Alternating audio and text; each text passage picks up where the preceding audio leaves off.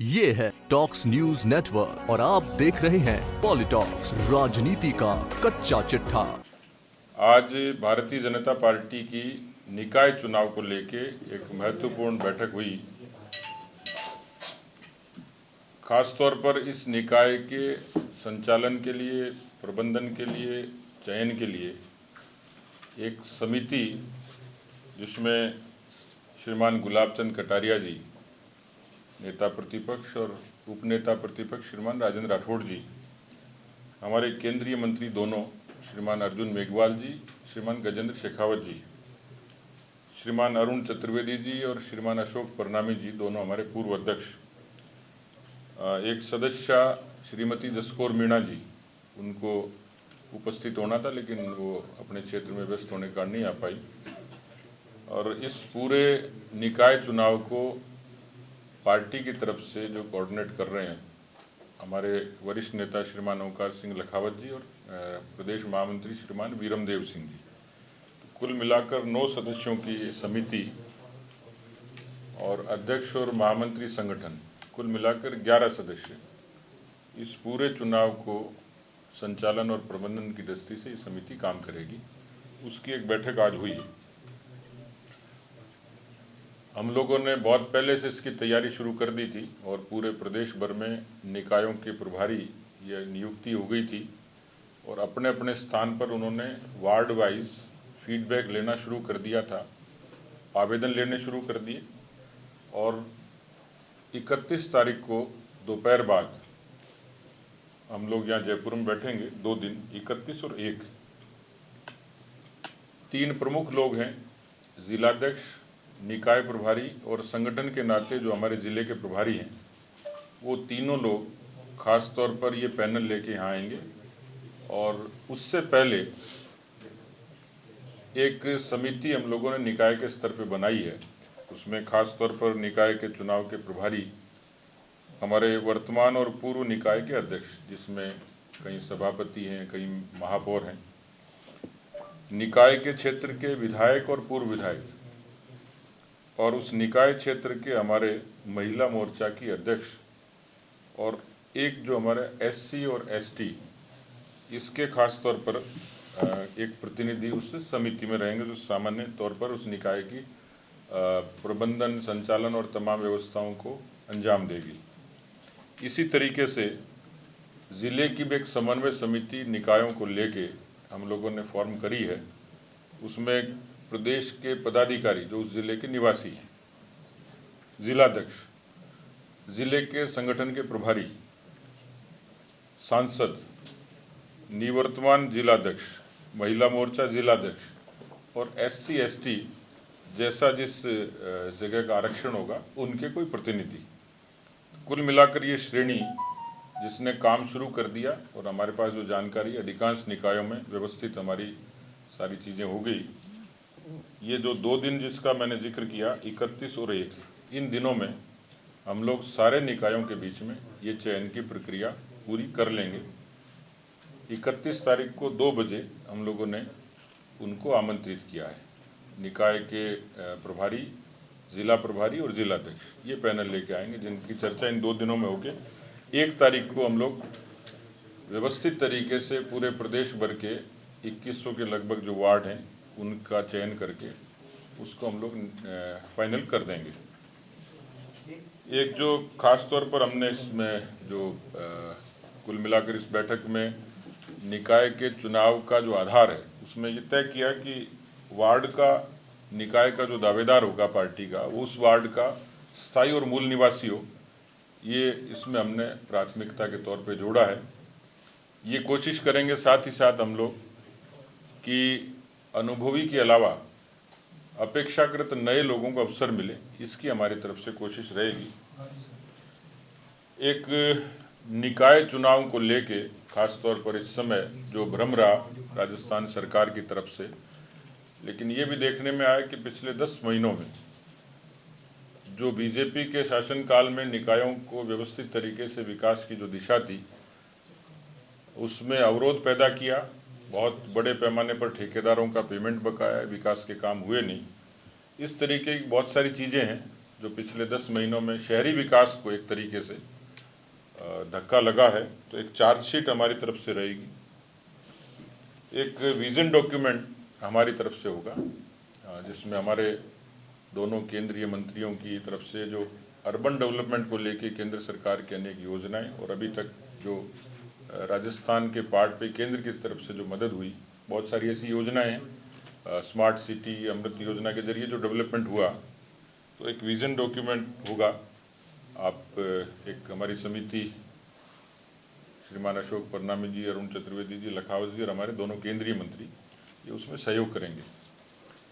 एक स्थानीय घोषणा पत्र, क्योंकि अक्सर नगर पालिकाओं में इसकी आवश्यकता रहती है, तो वहाँ की जो लोकल यूनिट है उस पर हमने छोड़ा है कि उस नगर पालिका के नाते, नगर परिषद के नाते या नगर निगम के नाते क्या प्राथमिकताएं हमारी होंगी, इसका एक विजन डॉक्यूमेंट हमारी तरफ से, एक स्थानीय घोषणा पत्र, ये निश्चित वहाँ जाएगा।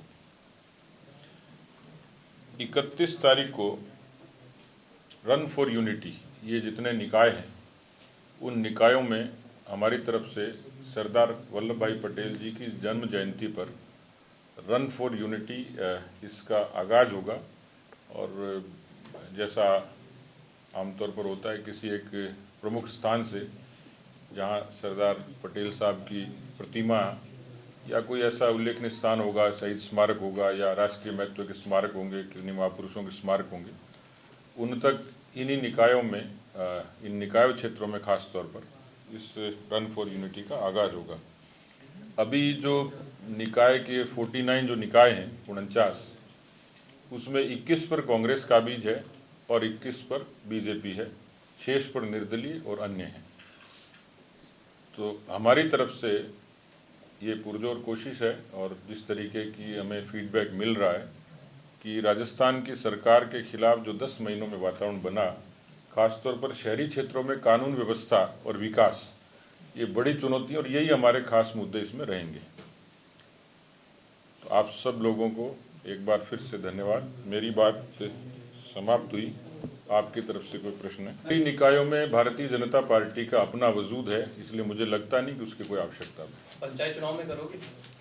जब आएंगे, जब आपसे दोबारा बात करेंगे। पार्टी बीजेपी इतनी बड़ी पार्टी है, क्या बैसाखी का सहारा लेना पड़ रहा है कि अब पंचायत चुनाव में भी आप आरएलपी से गठबंधन कर रहे हो? किसने किया? आप कह रहे हो कहाँ, किसने किया? अभी तो पंचायत चुनाव का नोटिफिकेशन जारी नहीं हुआ, जब होगा तब देखेंगे। लोकसभा चुनाव, विधानसभा चुनाव, उसके बाद उपचुनाव, इन तीनों में आपने गठबंधन करा, लेकिन उसके बावजूद जिस प्रकार के बयान हनुमान बेनीवाल के आए, क्या वही कारण है कि निकाय चुनाव में आप उनसे गठबंधन से दूर हो गए, ये कहते हुए कि शहरी क्षेत्रों में हमारा प्रभाव है? ये उनका सोचना है, लेकिन हमारा अपना प्रभाव है। गठबंधन केंद्र के निर्देश पे उस समय गठबंधन केवल राजस्थान में नहीं हुआ, हिंदुस्तान में बहुत जगह हुआ, और भारतीय जनता पार्टी गठबंधन का आदर करती है। ये इस बात से स्पष्ट हो जाता है कि 303 के बहुमत के बाद भी हमने 50 उन तमाम गठबंधन के लोगों को शामिल किया गठबंधन में। इसलिए केंद्र की नीति है, उस नीति का हमने अनुसरण किया। राजस्थान में ये युग धर्म था, ज़रूरत थी, हमें कांग्रेस को हराना था, क्योंकि मुख्यमंत्री जी की नाक की सीट थी, प्रतिष्ठा का प्रश्न था, पूरी मशीनरी लगी।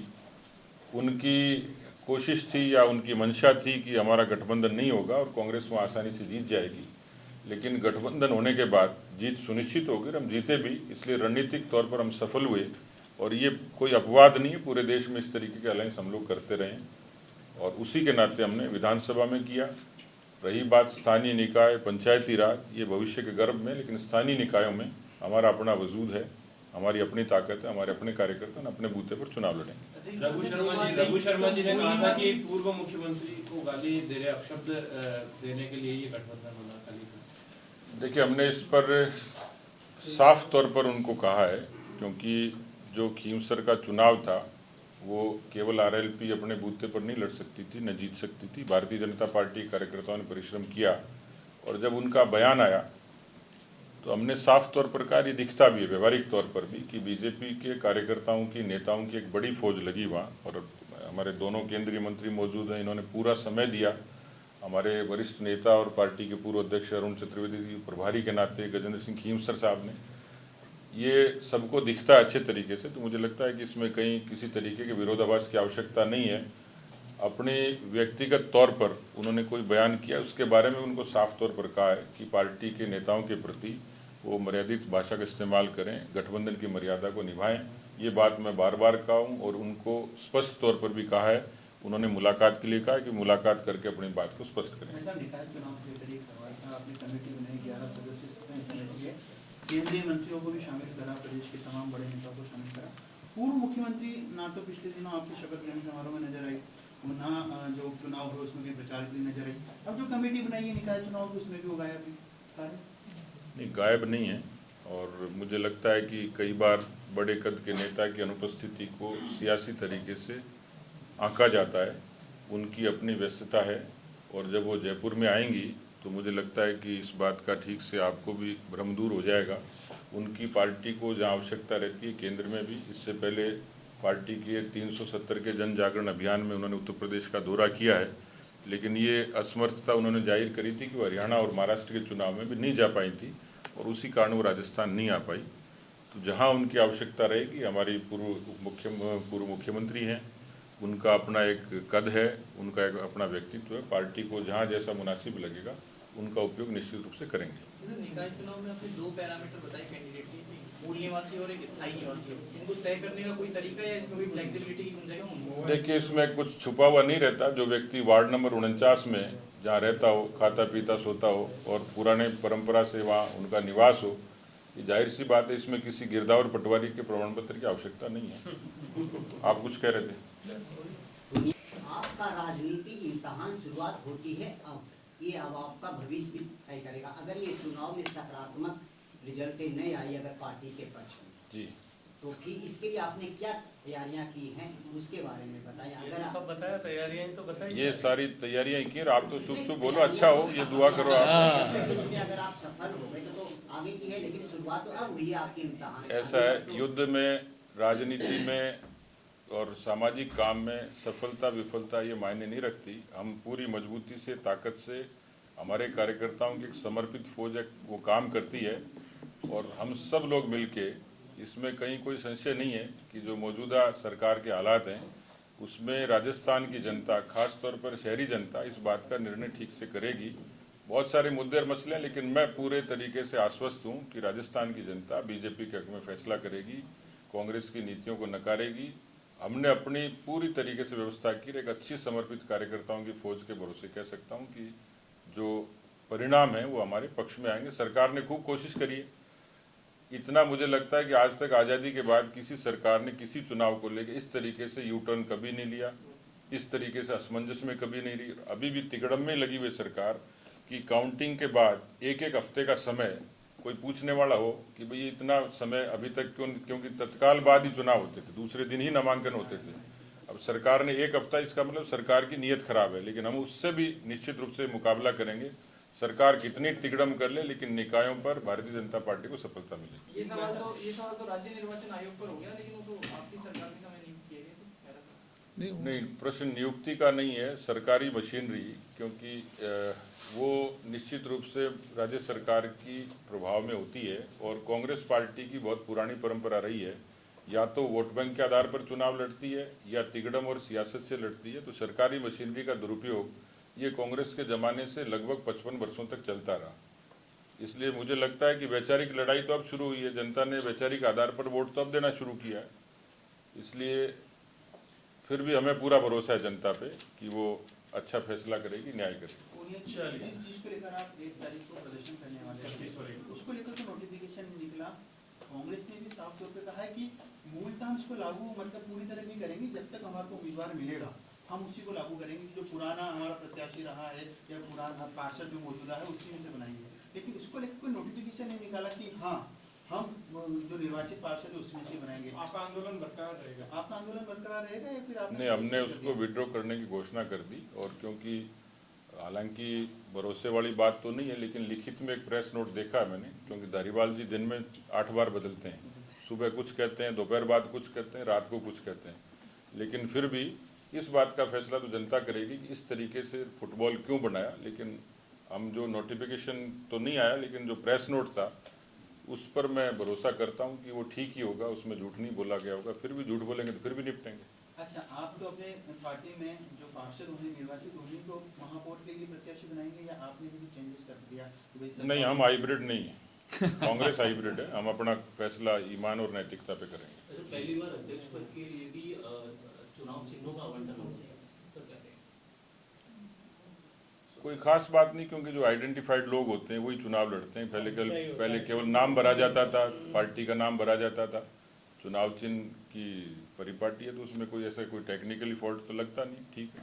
ये है टॉक्स न्यूज नेटवर्क और आप देख रहे हैं पॉलिटॉक्स, राजनीति का कच्चा चिट्ठा।